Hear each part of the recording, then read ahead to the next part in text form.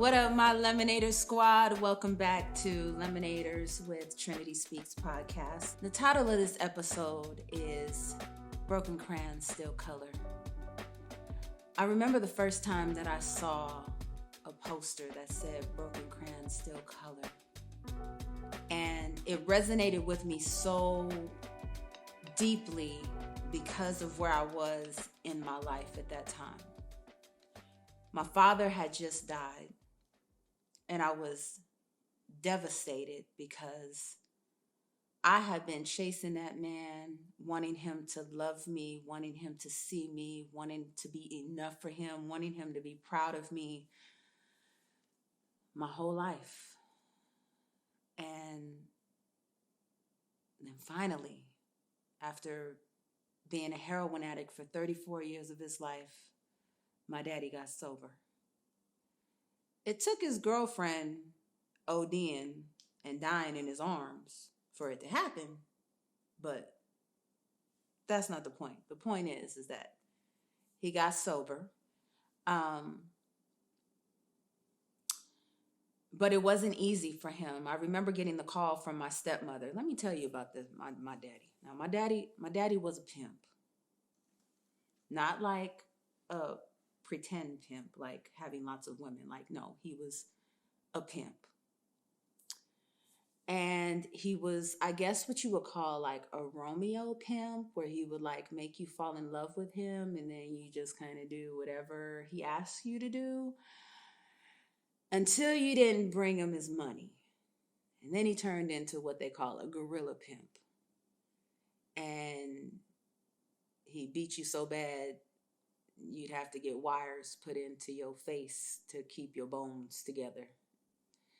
He used to say, you keep talking, running your mouth, I'm going to wire your face up. And I used to be like, what are you talking about? What do you mean wire their face up? Like, you going to put wires on their face and like twist it and pinch them? Like, I don't understand. Until one time, one of his working girls didn't bring him his money. And when I tell you that this girl looked like, she looked like a cross between Rosie Perez and the girl from the movie Flashdance. I don't remember her name, but she was pretty. She walked in looking like that. She walked out looking like Mufasa. My daddy beat her up so bad she was unrecognizable. And she literally had to go to the hospital and get her bones wired together to fix her face. That was my daddy. When he was sober, he was funny and loving and affectionate and charismatic and everything that I could have asked for. He was like Cliff Huxtable. But when he did drugs, he turned into a monster. And we always found ourselves at the other side of his fist when he was in that state. And so when he finally got sober, and I had him in my life like every day. The last 3 years of his life, he lived with me, and then he lived less than a mile away from me. And I saw him almost every day. And it's what I wanted most of my life, was to have that relationship with my dad. I remember when he had to go into the hospital before he died, he had to get a blood transfusion. And we're sitting in the hallway waiting for him to go in for the blood transfusion. And I looked at him and I grabbed his hand and I said, Daddy, I love you so much. And he used to call me his angel. He called me his number one because I was his first daughter after his sons. And then he called me his angel because he said that I saved his life. And he said, Angel, I know. I love you too. And we just had a moment right there where, for the first time in my life, like, I experienced that what I imagined is that unconditional parent child love. I was 30 years old at this point, and that was the first time I can say I ever felt that unbreakable, unconditional love from a parent.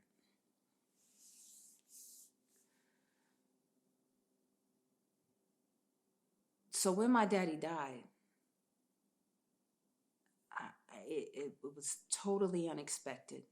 I mean, he was chasing my son around Knott's Berry Farm in July and was dead in October. And when I saw that poster, Broken Crayons Still Color,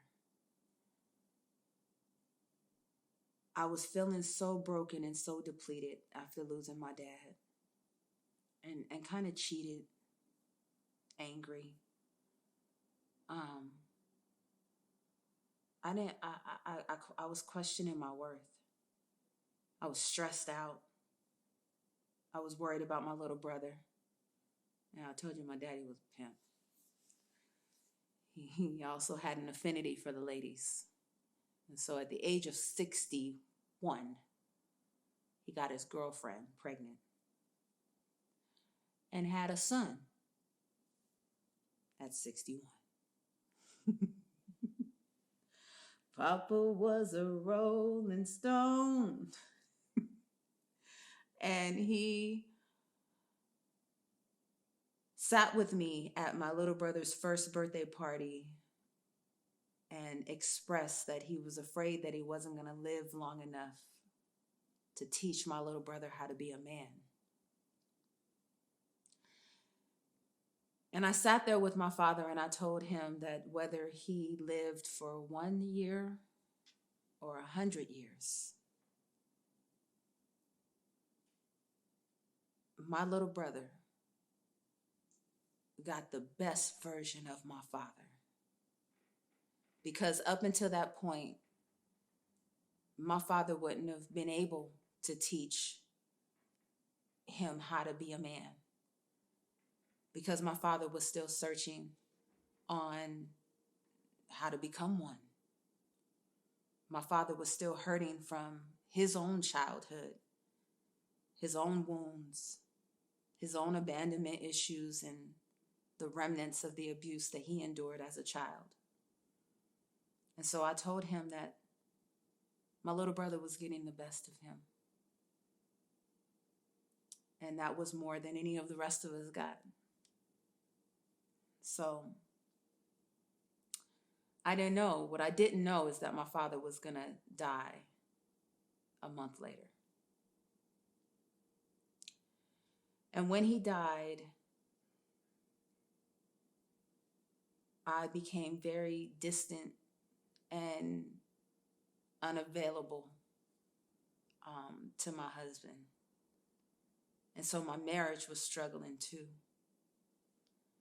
And I wasn't happy with where I was in my life. I wasn't happy with who I was as a mom. I wasn't happy in my career. I wasn't happy with so many different elements in my life. I was just like, ugh.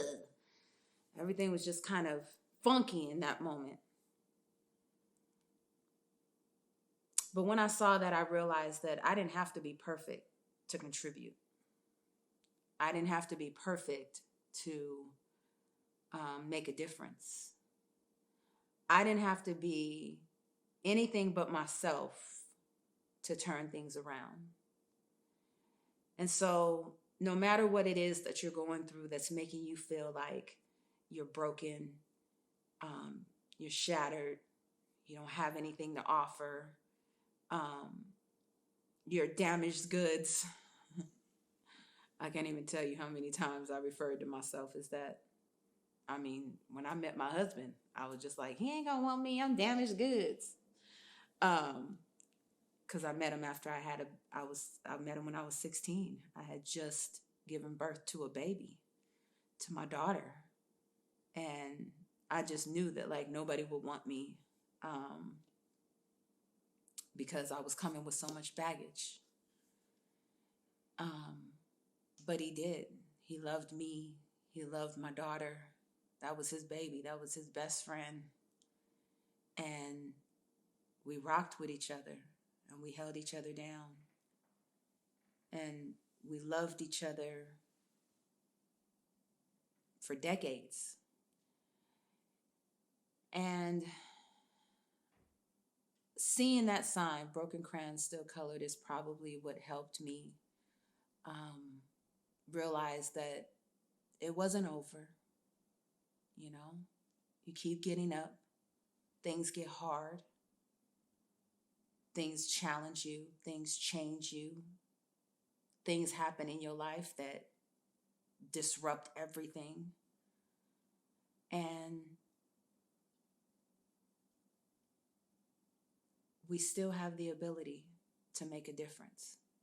One of the things that I say to the boys in my life skills classes, I teach life skills classes for young boys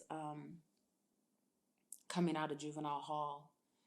And I tell them all the time that no matter what they've done, no matter how many mistakes they've made, no matter what they have on their record, no matter what their diagnosis is, they still have the ability to make a difference in this world. And one of the things that I encourage everybody, I've never built a program. Every program that I've ever built has had a giving component, a community service component. It's created opportunities for the participants to give back to their community, because I feel like there's power in giving back, right? There's something that happens when you take the focus off of yourself and you put the focus on a need within your life, within your community, within your family. And as you're working on helping someone else and not focusing on your own problems and what's going on with you, somehow while you're doing that work, things start to work out in your own life. I don't know why it works that way. I just know that in my experience, I've been able to give my way through situations. And had it not been for the opportunity for me to give when I was going through some of my toughest times, I don't know what I would have done. I would have probably did something self-destructive or something that I will regret later. But I always encourage people that when you're going through something, don't stay there. Keep going through. But if there's a way for you to grow while you're going through, then I want you to grow through that issue. Because when you come on the other side of it, there's a change in you. A couple days ago, I got up in the morning and I was just like, you know what, I'm going to take my grandbabies to brunch because their mom had to work. And so I called my son-in-law and I was like, hey, let's go to brunch. So we go to brunch and we're sitting there, and my granddaughters, who are 5-year-old identical twin girls, start fighting over the crayons. And Nala gets upset because her green is broken. And Layla doesn't want to give up her green. So Nala gets upset, throws the green crayon on the floor. And I reached over and I picked up the broken green crayon. And I started to color on her coloring page.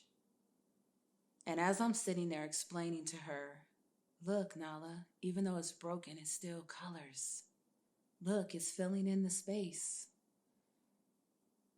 In that moment, I just felt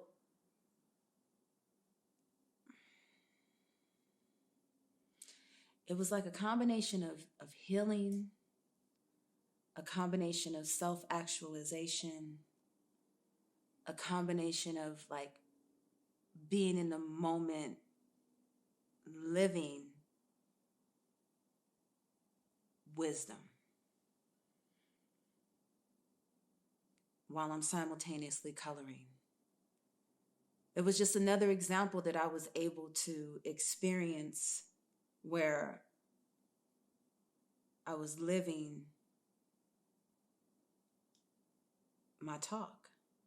Like I was walking my walk and living in what it is that I preach to so many people. And I was so grateful that I had the self-awareness in that moment, because that's what all this is for. You know, like I've survived this far to be able to be who I was in that moment. And for so many people, it probably wouldn't have been that deep. But for me, somebody who just a year ago didn't even know if she wanted to live, to be able to be sitting in that space with another generation that I witnessed come into this world, another life that I love so much and shared with my husband. I just loved being in that moment where I was able to not just tell her, but show her that broken crayons still color. And in her little 5-year-old mind, she didn't know that her gem, that's what they call me, gem, grandma, everything and more. She didn't know that her gem was that broken crayon.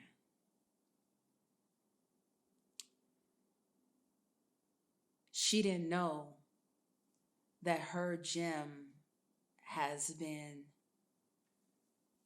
striving to still add color and beauty to this world,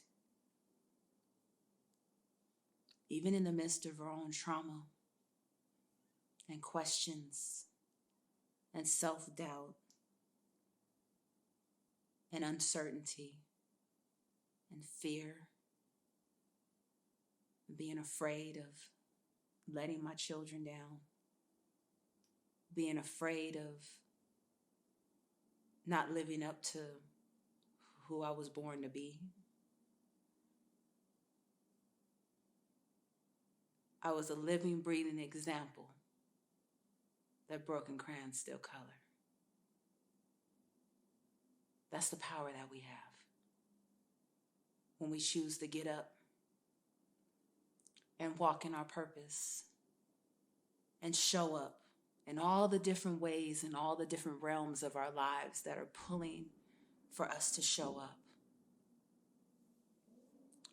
We get to do that. And only we can do that. And so again, I want to encourage you to put that shit to work. I jotted down on my notes. I think I'm going to get a t-shirt made. It's going to have some lemons on there. And it's going to say, don't pucker, crush that fucker. I think that's cute. I don't want you to pucker to these sour-ass lemons that keep getting thrown your way.